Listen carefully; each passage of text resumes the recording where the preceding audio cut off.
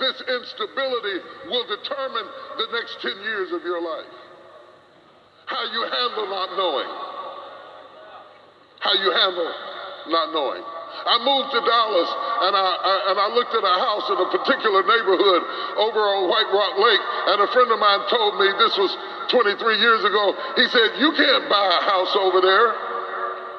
They don't sell houses to us over there. And I bought it. Because I didn't know.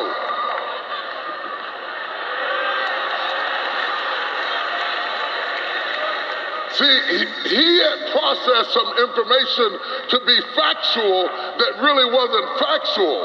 My benefit was I didn't know. You can do more sometimes when you don't know than you can when you're dealing with people. I didn't know I couldn't do it, so I did it. I didn't know that I couldn't rent the World Congress Center, the Phillips Arena, and the Georgia Dome and throw a party for Christians and have it packed to the gill. I didn't know I couldn't do it, so I could do it. See, sometimes your enemy is that you know too much.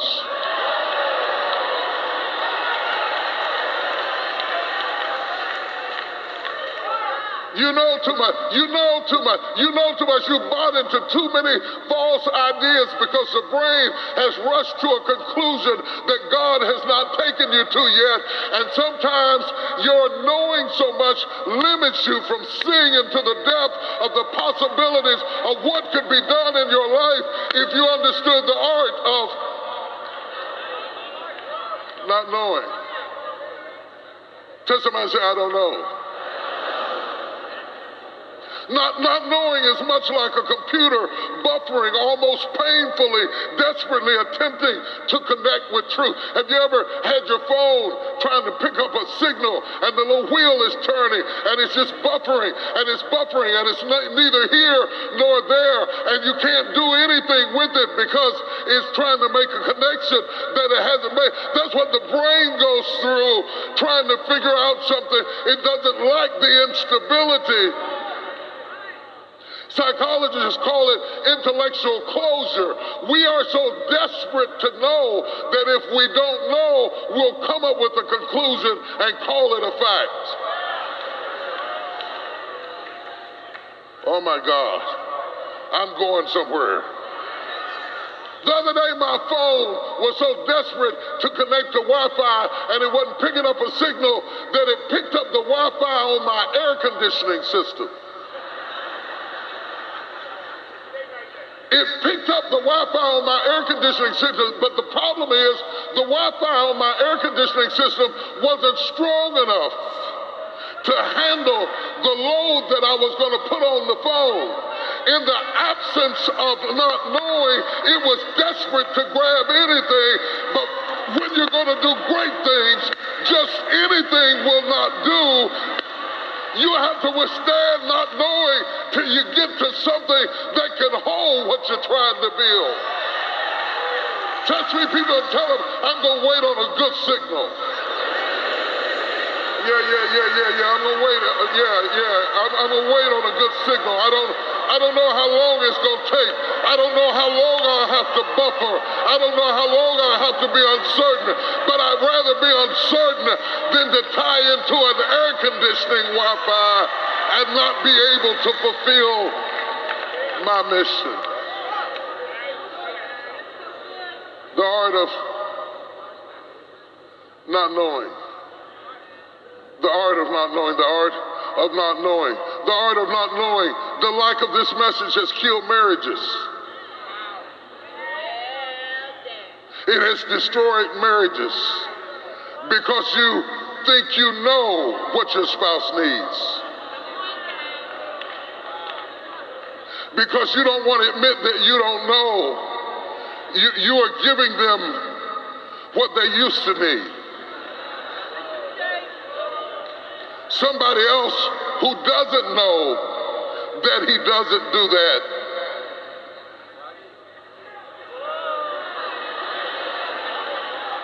comes along and exposes him, and all of a sudden you can't figure out what's going on It was your rule book about them. You knew too much about them. You stopped being curious. Yeah, I already know him. He eats at 2 o'clock, goes to bed at 8 o'clock. I already know her. She doesn't wear makeup till the weekend. All right, that's what's wrong. You know too much. When you were curious and you didn't know, you were exciting, you were searching, you were investigative, you were assertive, you were engaged. But now that you know, he almost wants somebody who don't know. Search me. I know you can't say nothing because you're sitting there beside each other and I'm hitting a little too close to home, but if you can't say amen, wiggle your toe.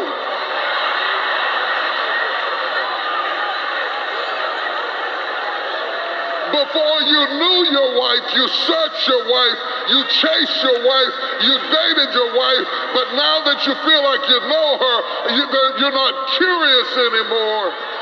And the marriage withers because of this false information your brain has embraced to supply the feeling of satiety because you don't like not knowing. It's gonna get tough in here in a minute. It's gonna get tough in here in a minute. It's gonna get tough in here in a minute. It's gonna get tough in here in a minute. You need to close. You need to know. You need to know the reason you don't like that new coworker that has come to work and they can do things more progressively, even though you've been there 20 years longer. They know how to do the technology in a way that you don't. The reason you have become a hater and you expel them out of the organization and you manipulate them until they get pushed out of the organization is because you are not comfortable with not knowing. If you were to become more comfortable with not knowing, you could keep growing. You see, it's only he that hungers and thirsts. Is there anybody left that's still hungry? I'm trying to challenge you to be a fool again.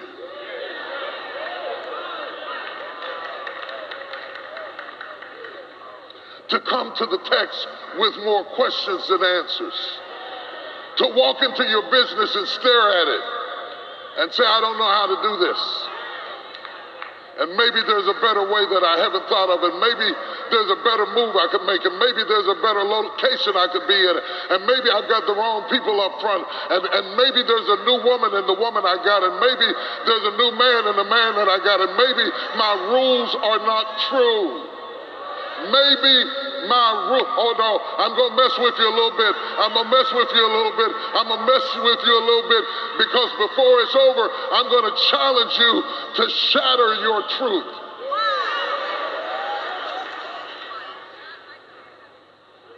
The people in this city, they just don't want to do nothing. They're just not progressive.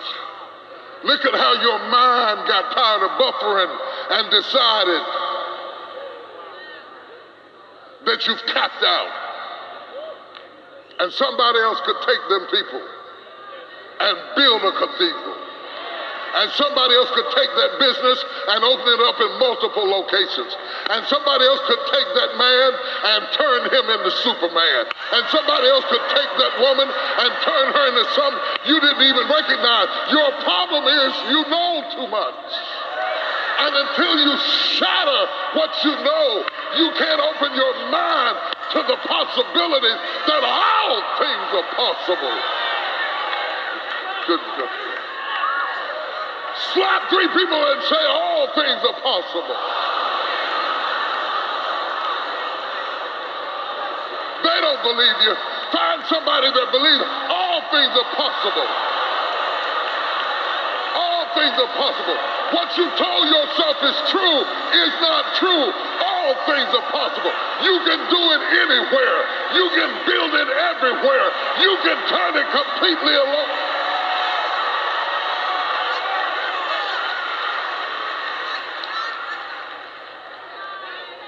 said, no, no, no, no, no. Come out of everything that you used to do.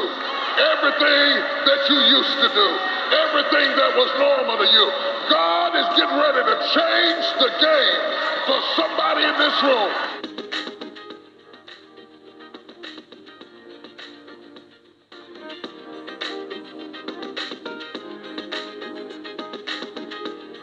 This is Mark 8:22 through 26. You ready for this? This is a brief story that I want you to get something out of the art of not knowing. They came to Bethsaida, and some people brought a blind man and begged Jesus to touch him. They begged Jesus to touch him. He took the blind man by the hand and led him outside the village.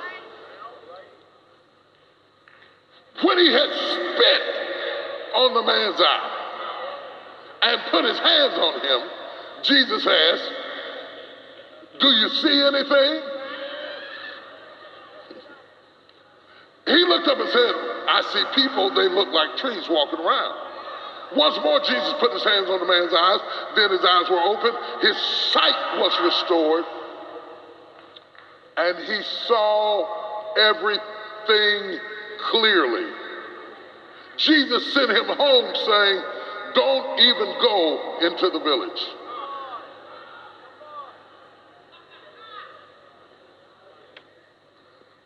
What's your point? I'm glad you asked. My point is not, all you need is a second touch. Oh, there's going to be a second touch tonight that's going to change your life completely. Oh, he will pick you up and turn you around. That's not my point. My point is, this man, Jesus came to Bethsaida. They brought to him a blind man. Jesus took him out of Bethsaida. Now you have to understand, blind people survive by knowing their environment.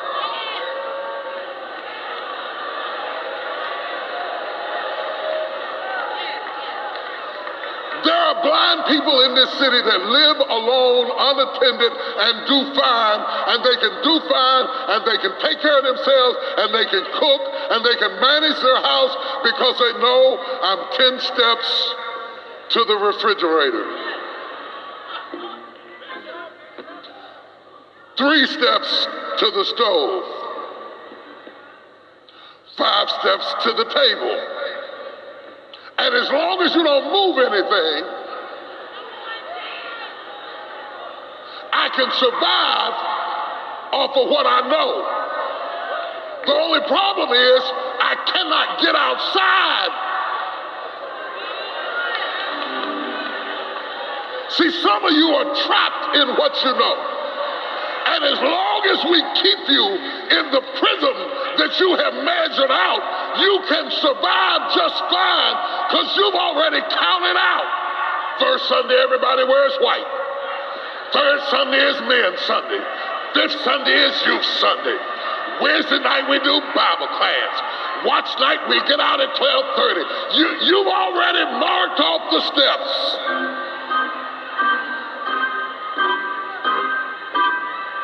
Nobody knows you're blind because you don't need a vision when you have a tradition.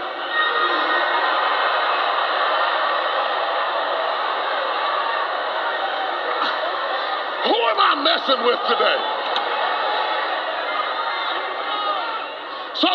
So when they brought the blind man to Jesus, Jesus took him by the hand and led him out of his tradition. Touch 7 people say, I gotta get out of here. I gotta get out of here. There's no expectation here. There's no excitement here. There's no creativity here. There's no release here. There's no power here. I need about 100 people who are ready to go somewhere fresh. If you came to this conference because you're ready to take it to the next level, make some noise in this place.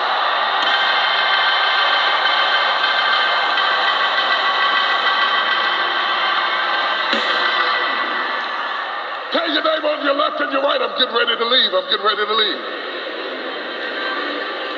When you have lunch with your staff, tell them we're getting ready to leave. We're getting ready to leave. We have been in Bethsaida long enough. We stayed in Bethsaida long enough. We drank in Bethsaida long enough. We did business in Bethsaida long enough. I'm tired of knowing the same people, talking to the same people on the phone, same people coming over my house. I'm getting out of Bethsaida. Holla at your boy.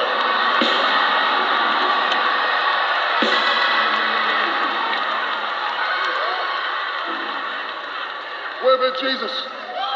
Where be Jesus? You carried me where I'm not familiar. You carried me out of my comfort zone. I'm buffering, trying to find something that's familiar. Jesus said, no. Come out of everything that you used to do. Everything that you used to do. Everything that was normal to you. God is getting ready to change the game for somebody in this room. I don't know who this is for. I don't know why he told me to preach it, but if it's you, for the next 30 seconds, give him a crazy praise.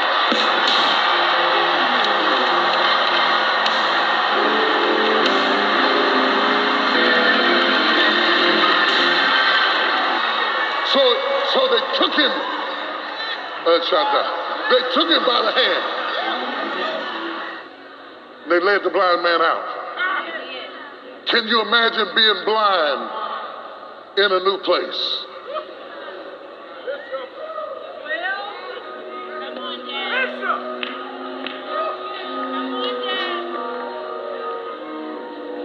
Women, I'm scared. Women, I'm scared. I tripped. I fell. Wait, I didn't know that rock was there. I fell. Jesus led him out of Bethsaida and then spat in his eye.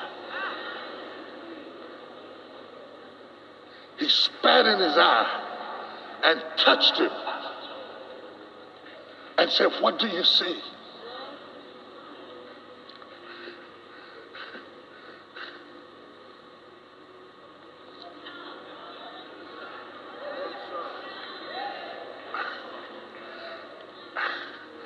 I see something. Some of you, oh my God, some of you are starting to, here, take this. Some of you are starting to see something. A little bit of light. A little bit of light is breaking through the darkness. You're starting to see, maybe I can do something. Maybe I can build something. I don't see it clearly. I don't have all the answers. I don't have it all worked out yet. But I see something. How many people see something? I'm not where I ought to be. But I sure ain't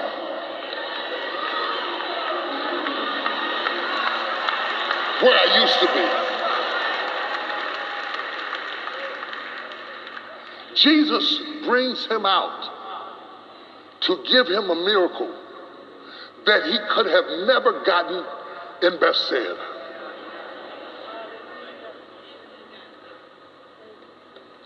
There are no miracles in the familiar.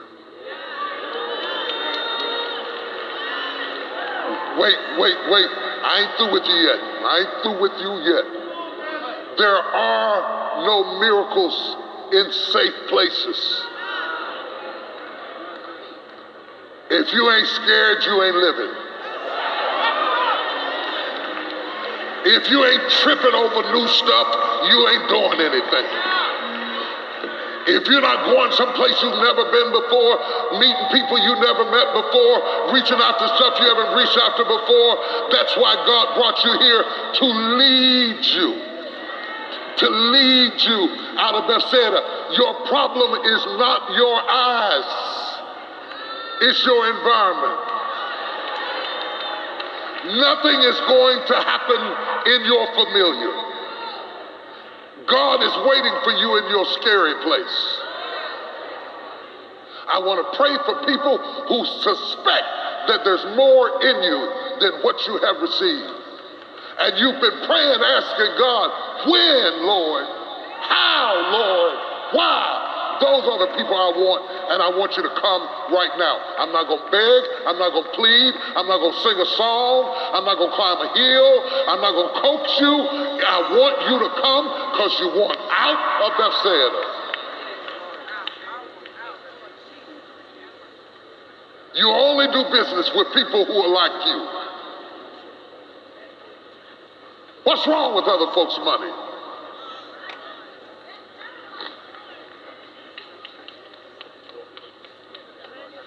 Your services are so predictable that your children act out your church service. In a moment, I'm going to ask you to lift your hands. Not yet. When you lift your hands, I want you to lift your hand as a sign of I'm surrendering what I told myself so that I can possess what God has for me. If you're ready to surrender it, lift your hands. Here it is, Lord. I give up my way of thinking, my way of leading, my way of talking to people, my way of handling situations. I'm willing to relinquish all of that. I do not want to die in Bethsaida blind.